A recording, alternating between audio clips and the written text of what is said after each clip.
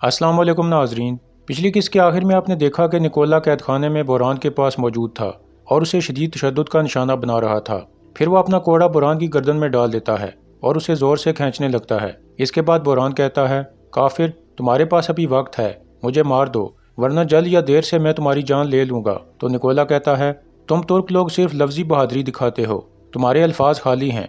आप देखते हैं कि जब तुम्हें सूली पर लटकाया जाएगा तब भी तुम इतनी बहादुरी दिखाते हो या नहीं।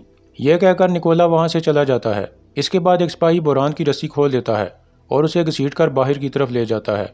इसी दौरान उस्मान और उसके सिपाही बेस बदल कर जंगल में पहुंच चुके थे। हैरा भी वही मौजूद थी। फिर उस्मान कहता है, हमारे बहादुर पहले ही अनागोल जा चुके हैं, वो गलियों और बाजारों में मालूमात जमा करेंगे, लेकिन उन लोगों के पास तलवारें नहीं हैं, इसलिए हम हैरा खातून की सवारी के जरिए दाखिली दरवाजे से अंदर जाएंगे। तलवारें घोड़ा गाड़ी के अंदर रहेंगी। जब आप लोग अंदर दाखिल हो जाएंगे तो वहाँ मौजूद हमारे सिपाहियों को भी तलवारें दे देंगे। बाकी हमारी कोशिश पर मुनस्सर है, हम अपने भाई बुरहान को उनसे बचाकर वापस ले आएंगे। जंग मुबारक हो। इसके बाद हैरा और उस्मान घोड़ा गाड़ी में सवार हो जाते हैं और रवाना होने के लिए तैयार हो जाते हैं। दूसरी ने मैनागोल में बुरहान को घसीट कर बाहर लाया जा रहा था। फिर उसे सब लोगों के सामने एक स्टेज पर बांध दिया जाता है। वहाँ इर्द गिर्द के बहुत से लोग जमा हो जाते हैं। इसके बाद निकोला बुलंद आवाज़ में कहता है, अजीज़ बिज़ांतीनियों, जिस तुर्क को आप लोग देख रहे हैं ये उस्मान का सबसे वफादार सिपाही बुरहान अल्प है। उस उस्मान ने हमारे साथ क्या किया? उसने हमसे हमारा गांव छीन लिया, हमसे हमारी लोहे की कान ले ली, इसके अलावा हमारे बहुत से लोगों को मार डाला। और जब उस्मान ये सब कुछ कर रहा था तो उस वक्त ये बुरहान उसके साथ था। अब हम इसकी लाश को जंगली परिंदों के आगे डालेंगे ताकि सब लोगों के लिए इबरत बन जाए, और इसके बाद उस्मान की बारी आएगी। ये बातें सुनकर वहाँ के लोग काफ़ी मुश्तैल हो जाते हैं। फिर निकोला कहता है, अब ये यहाँ है, आप लोग जैसा चाहें इसके साथ सलूक करें, अब ये आपके हवाले है। यह सुनकर वहाँ के लोग गुस्से में बुरहान पर पत्थर बरसाने लगते हैं और उसे बुरा भला कहने लगते हैं। फिर बुरहान आहिस्ता से कहता है, ऐ मेरे रब, चाहे ये लोग मेरे जिस्म के 1000 टुकड़े भी कर दें, मैं इनके सामने हार नहीं मानूंगा, मैं कभी हार नहीं मानूंगा, चाहे मैं यहाँ पर शहीद ही क्यों ना हो जाऊँ। दूसरी तरफ काय कबीले में एक बच्चा कह रहा था, जब कोई शहीद हो जाए तो वो कहाँ जाता है? अहमद कहता है, वो जन्नत में जाता है। अभी गोंजा खातून और हमारे तमाम शोहदा जन्नत में हैं। इतने में कुमराल अब्दाल भी वहाँ आ जाते हैं और बच्चों को पुराने इस्लामी वाक़यात सुनाने लगते हैं। दूसरी जानिब उस्मान का काफिला एनागोल के दाखिली दरवाजे पर पहुँच चुका था। हैरा भी घोड़ा गाड़ी के अंदर मौजूद थी। किले का एक मुहाफ़िज़ घोड़ा गाड़ी को रोकने का इशारा करता है तो उस्मान और उसके साथी कुछ परेशान हो जाते हैं। फिर वो मुहाफ़िज़ पूछता है, आप लोग यहाँ क्यों आए हो? तो गोख्तू कहता है, मैं निकाया से यहाँ अपनी बीवी के साथ ख़रीदारी करने आया हूँ। मुहाफ़िज़ कहता है, तुम लोग जहाँ से भी आए हो कोई फ़र्क नहीं पड़ता, गाड़ी से उतरो, हम तलाशी लेंगे। यह सुनकर उस्मान अपनी तलवार निकालने लगता है। फिर एक सिपाही घोड़ा गाड़ी का दरवाज़ा खोलने की कोशिश करता है तो इतने में हैरा अचानक दरवाज़ा खोल कर कहती है, यह क्या बदतमीज़ी है। फिर वह घोड़ा गाड़ी से नीचे उतर कर दरवाज़ा बंद कर देती है और कहती है, तुम लोगों को वाली सागुरोस की बेटी की तलाशी लेने की इजाज़त किसने दी? तुम लोगों की यह जुर्रत? तो मुहाफ़िज़ कहता है, मैं तकलीफ़ के लिए माफ़ी चाहता हूँ। फिर हैरा कहती है, रास्ता खोलो वरना तुम्हें इसकी भारी कीमत चुकानी पड़ेगी। यह सुनकर वो दरवाज़ा खोल देते हैं और फिर हैरा दोबारा घोड़ा गाड़ी के अंदर सवार हो जाती है। इस तरह वो किले के अंदर दाखिल होने में कामयाब हो जाते हैं। इसी दौरान उस्मान का साथी गैंजा बे भी किले के अंदर मौजूद था। जरगुताई और साल्तुक सिपाही तलवारों का एक टोकरा उठाकर उसके पास पहुंच जाते हैं और उसे आहिस्ता से कहते हैं, हमारे तमाम सिपाहियों को कहें कि वो आकर तलवारें ले लें। इसी दौरान उस्मान के दूसरे सिपाही भी तलवारें रखने में मसरूफ़ थे ताकि वक्त आने पर अंदर के सिपाही उन्हें इस्तेमाल कर सकें।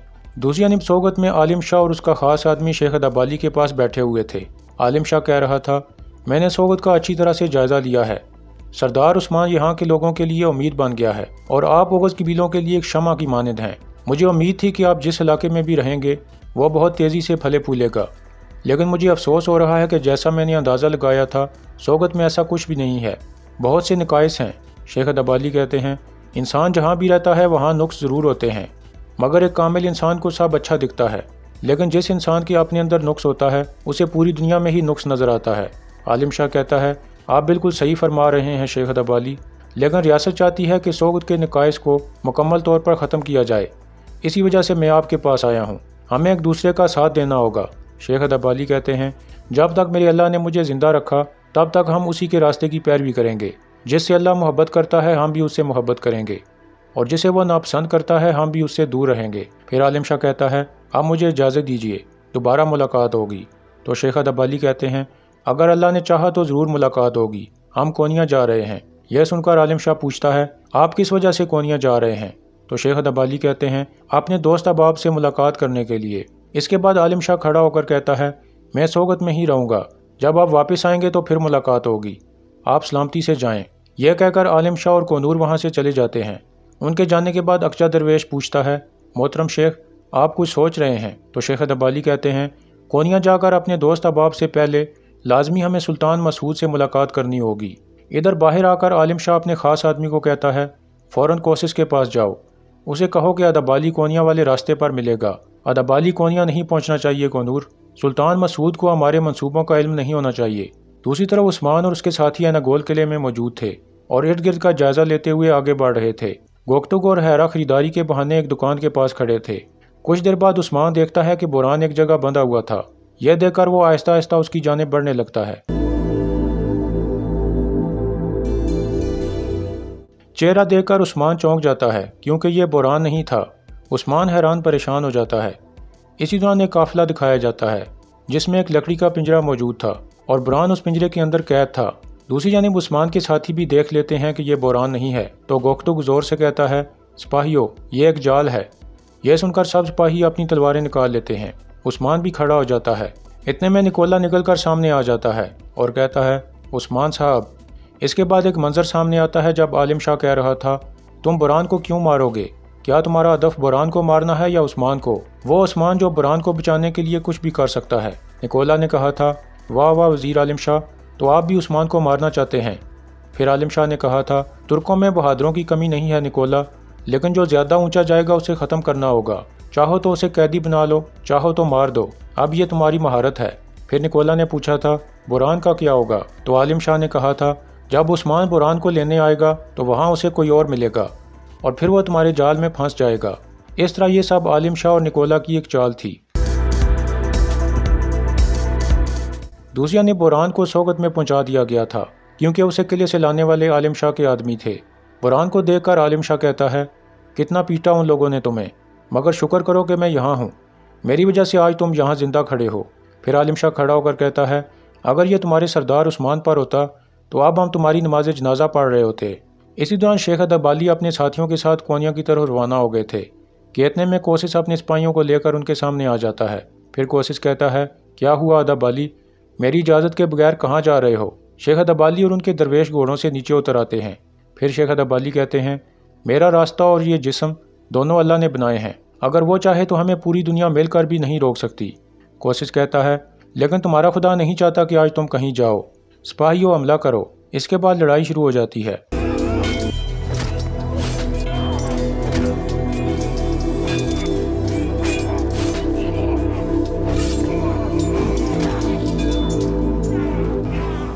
اس طرح کوسس شیخ ادب علی کو قابو کر لیتا ہے، جبکہ دوسری جانب عثمان نکولا کے جال میں پھنس چکا تھا۔ چاروں طرف سے نکولا کے سپاہی نکل آتے ہیں اور انہیں گھیرے میں لے لیتے ہیں۔ نکولا اوپر کھڑا مسلسل مسکرا رہا تھا۔ پھر عثمان اپنی تلوار نکال کر کہتا ہے جو کتے اپنی زیادہ تعداد کی وجہ سے زیادہ بھونکتے ہیں وہ میدان میں بیڑیوں سے مات کھاتے ہیں۔ پھر عثمان کہتا ہے تم لوگ بہت زیادہ ہو لیکن ہم ترک ہیں،